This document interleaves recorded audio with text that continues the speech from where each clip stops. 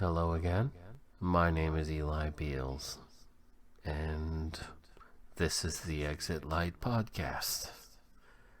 Welcome back. This time around, and I won't give any kind of temporal insinuations, but maybe someday I'll be able to say this week, because I'll be able to do it weekly. I would love to do that. I can't. I just can't. I do enjoy producing these, and I hope you enjoy listening. So thank you for being here with me. This time around, I have two stories for you, a double feature. The first of two is called The Morning After, and I won't spoil it for you, but I will say that it is about the discovery of something that could be a deal breaker in a relationship. And in that moment, when you find that thing out, you have a choice to make. Are you going to be okay with this information? Is this going to cause any problems down the road? And even so, are you willing to accept it? The second story is basically about the end of the world. I do like this theme. It will pop up again. Oh man. Armageddon.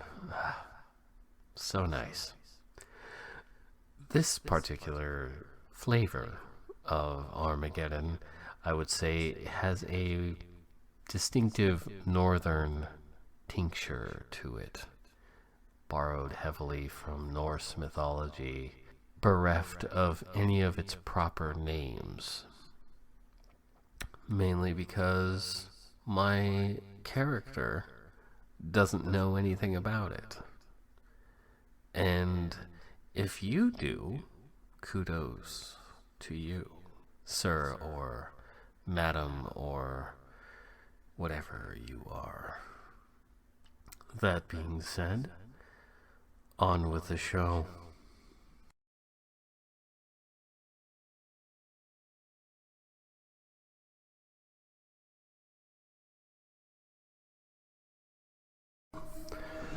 I wait for her to stop bustling around the kitchen, letting her complete the complex routine of coffee making and avocado toast preparation. When she's finally settled into the chair diagonal to mine, I catch her eye. Or at least try to get a read on the temperature. She's focused on gramming her breakfast for her several thousand followers to admire. I don't know how to bring it up. I don't even know how to ask her. Instead, we discuss our short-term plans for the day. Maybe we'll go out for Thai. It's always Thai, I think. But then Thai is one of those types of cuisines that always sounds good. She looks up from her phone finally and notices the dark circles under my eyes, asking if I got any sleep last night. I tell her no, hardly any at all, while searching her face for any recollection of last night's events. She winces as she swallows some coffee, saying she must be coming down with something and her throat feels a bit sore. I nod and say I can pick up some cough drops later.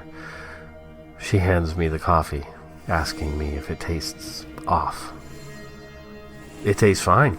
Earthy and roasted to perfection, I say. She frowns in a way that reminds me of a frustrated bunny rabbit. Her lips cinched to one side, eyebrows crooked. You look like you want to ask me something. And for your information, the sex was fantastic. Thank you, babe, she says as she pecks me on the forehead before heading to the shower.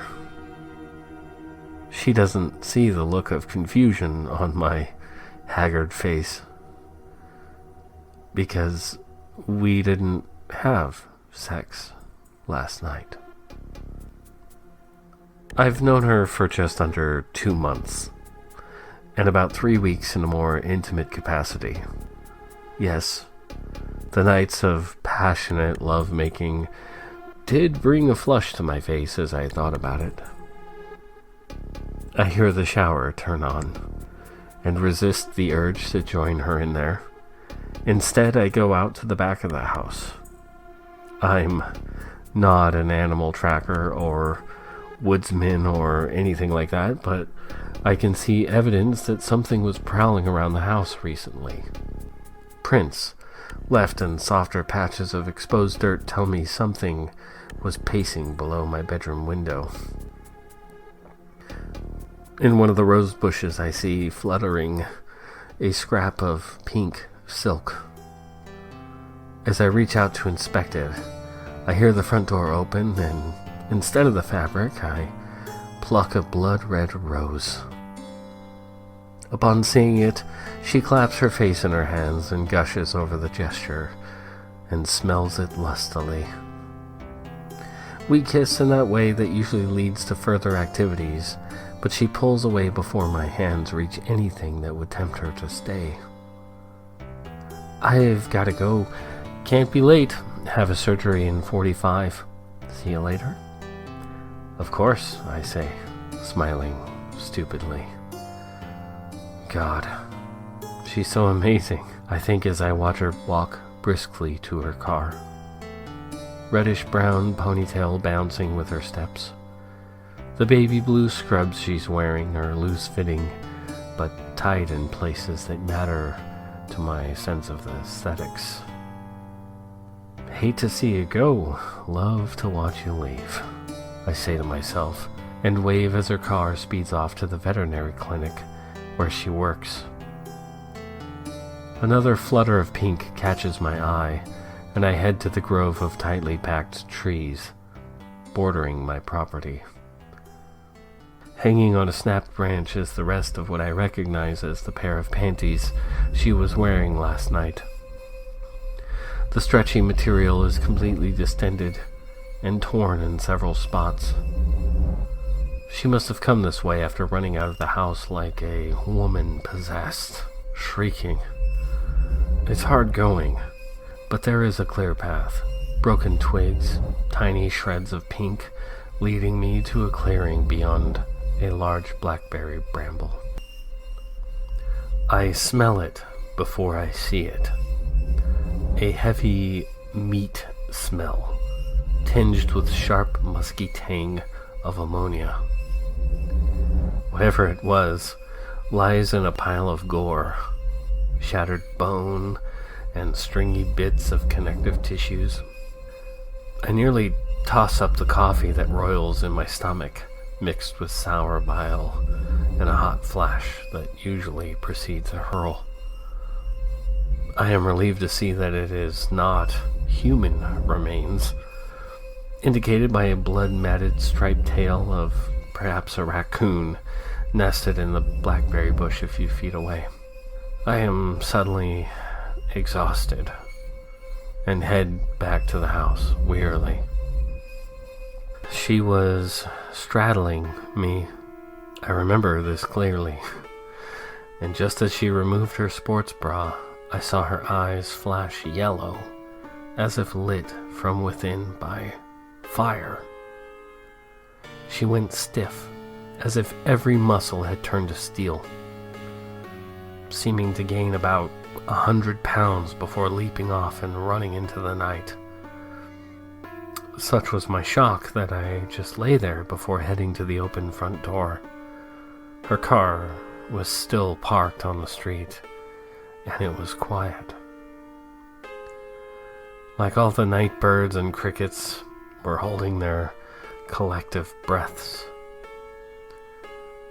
A thick fog diffused the porch light, making the darkness somehow soft and full of undulating movement. I called out to her, my voice sounding weak and small as the dense fog absorbed it like a scarf.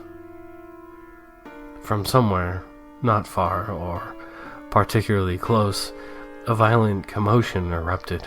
Snarls and pain-filled screeching, branches snapping, and one final yelp, followed by silence, thick and oozing.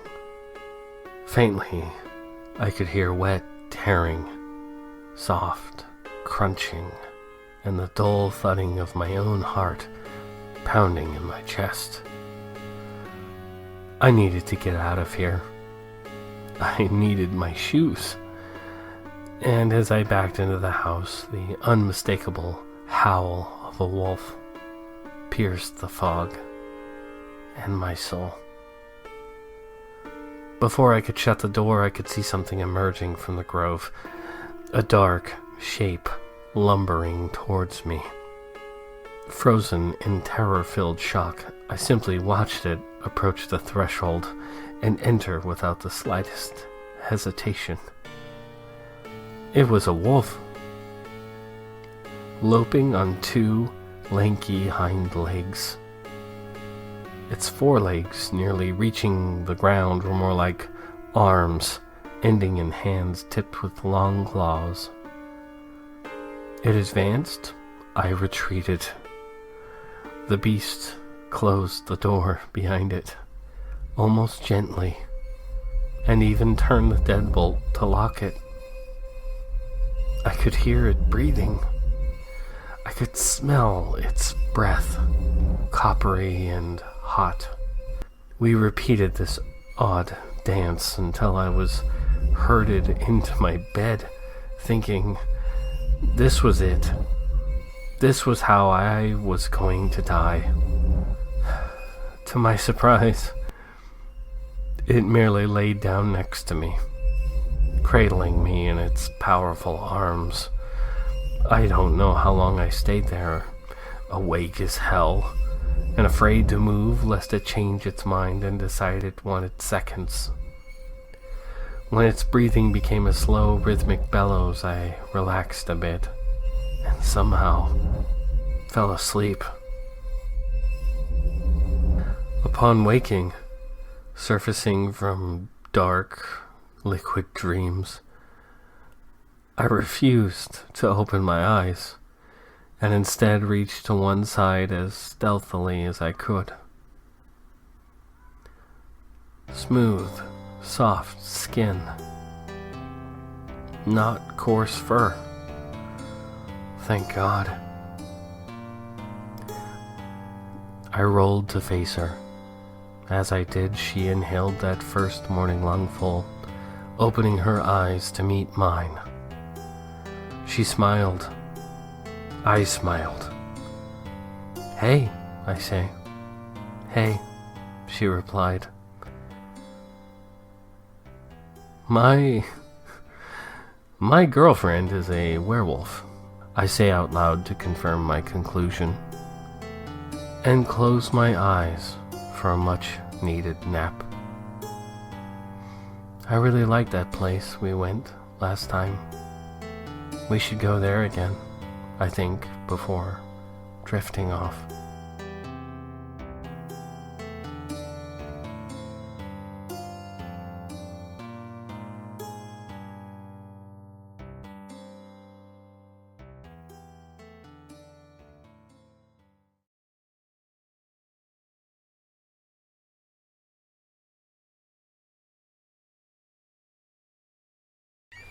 My feet dangle off the edge of the jetty. The water is calm today and gently swells against the barnacle-crusted concrete. The tide is going out, I think. The receding water exposes the tops of the boulders and slabs of rock that protect the jetty from erosion. Tiny crabs scuttle into crevices and cracks to evade being seen by the vigilant gulls that wheel above, screeching their plaintive cries. It's not yet noon and it's Monday, a day and time that I would usually be in the office. I do enjoy this, the peace and perspective of it all. But I loved my job too. Loved my job, that is. As of this last Friday, I'm a free agent. Not by my choosing, of course. Myself and about 500 others across the company got the short goodbye. I knew something was up when my new manager sent me an official meeting request. He never did that, and never responded to email. I just assumed he didn't know how to use it. Our first meeting, he informed me that he was a hammer. I wish I could have said what I was thinking at the moment. I regret it now, but it makes me smile in spite of it all. What I would have said in response. So you're a tool, then? I can almost see his blotchy pink face turn red in embarrassment as I play this scenario out again. 10 minutes before this meeting, there's a knock at my cube. It was my manager, the hammer, looking as nervous as I should have felt, but I didn't. I knew exactly what was happening. I let him lead me to the room where I was sure there was paperwork to sign. I just accepted it, knowing the decision was already made. In the present, I stare off past some rocks to see a couple of otters enjoying a late breakfast. I can see them bashing shellfish against stones on their tummies, just floating out there beyond the breakers, amidst the tops of a kelp forest, eating clams. What a life.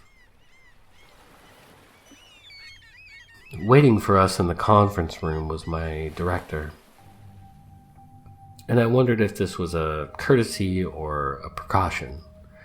I smiled when I saw the open box of tissues and sat within reach of them, taking the not-so-subtle hint. It was the director who did the explaining, but at the same time not offering much. Just what HR had scripted for him, probably. But this man was and is someone I respect, and he seemed just as annoyed with the procedure as I was.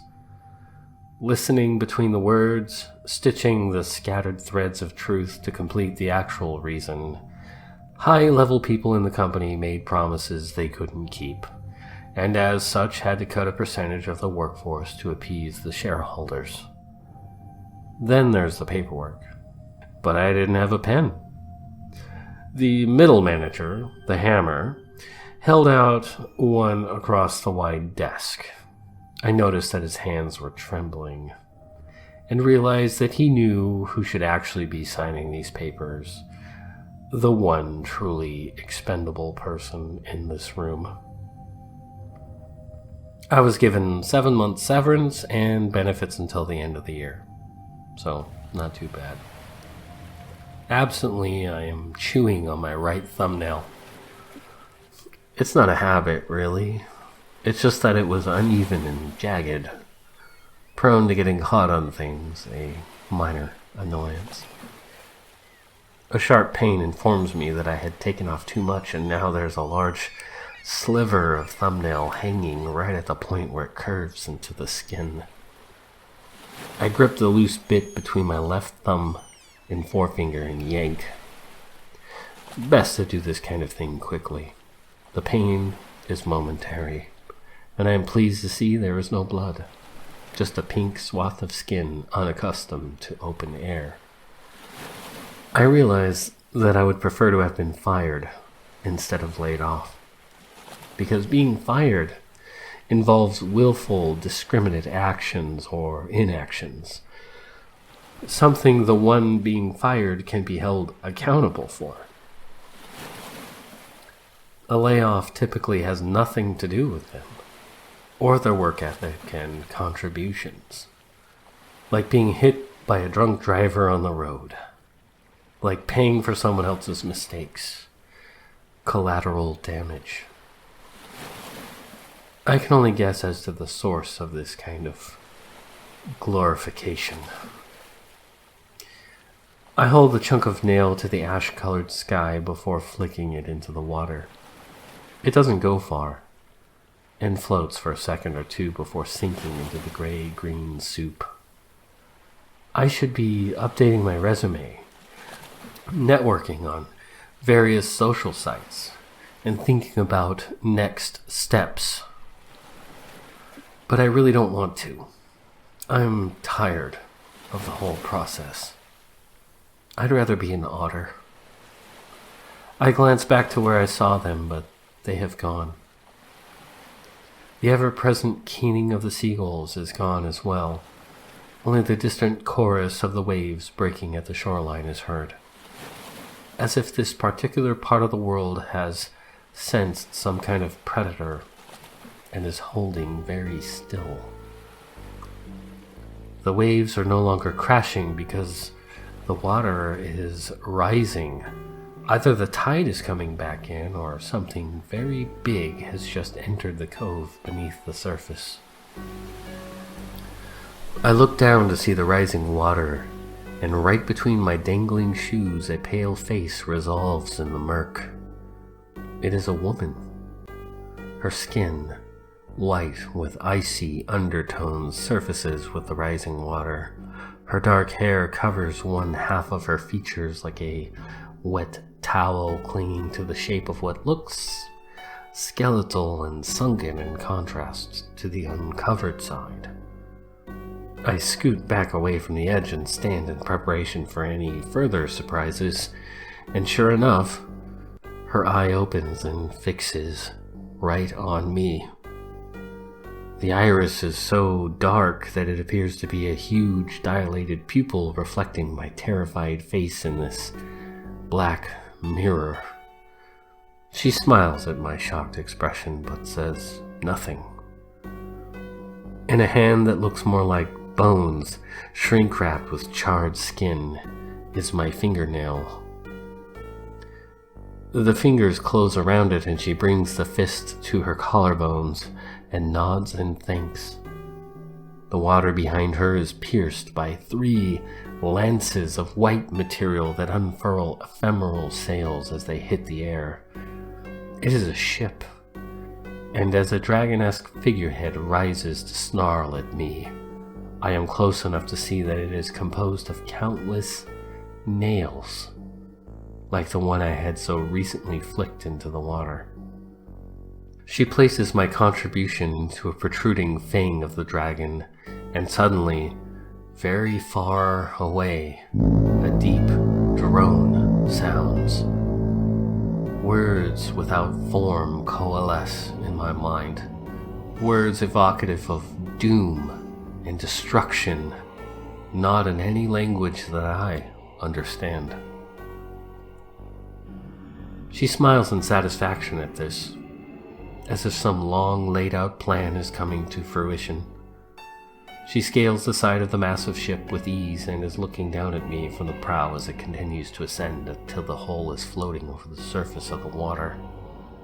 Another blast from that cosmic horn shakes the very concrete I'm standing on, and in the distance, I see a vast plume of water erupt to reveal a gargantuan form of scales as big as buses. Its head eclipses the sun, and for a moment it's dark. The ground trembles at even its slightest movements. What follows is a bellow from its titanic maw, and it thunders back into the water, sending a tidal wave in every direction. The water recedes rapidly, as if the ocean is being drained. The sea life not sucked away scuttles, flops, and skitters about an exposed open atmosphere. I know I've got about 2 minutes before this wave hits land, and all I can think of now is how small I am. It's all just a matter of magnitude, really. This is just another layoff on a much grander scale. A song breaks out on the ship of nails.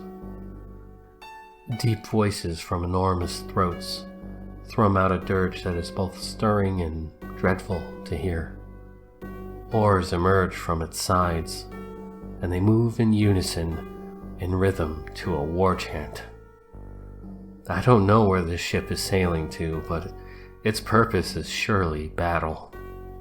A war not meant for mere mortals like me. Our part in this involves only the dispassionate consequence of their plans, to drown in the wake of their fury. The woman's expression changes to something I can only read as pity as the ship heads off towards the horizon, sails full of non-existent winds, oars paddling invisible tides. Yes, the world ends for someone every day. Today, it seems, is ours.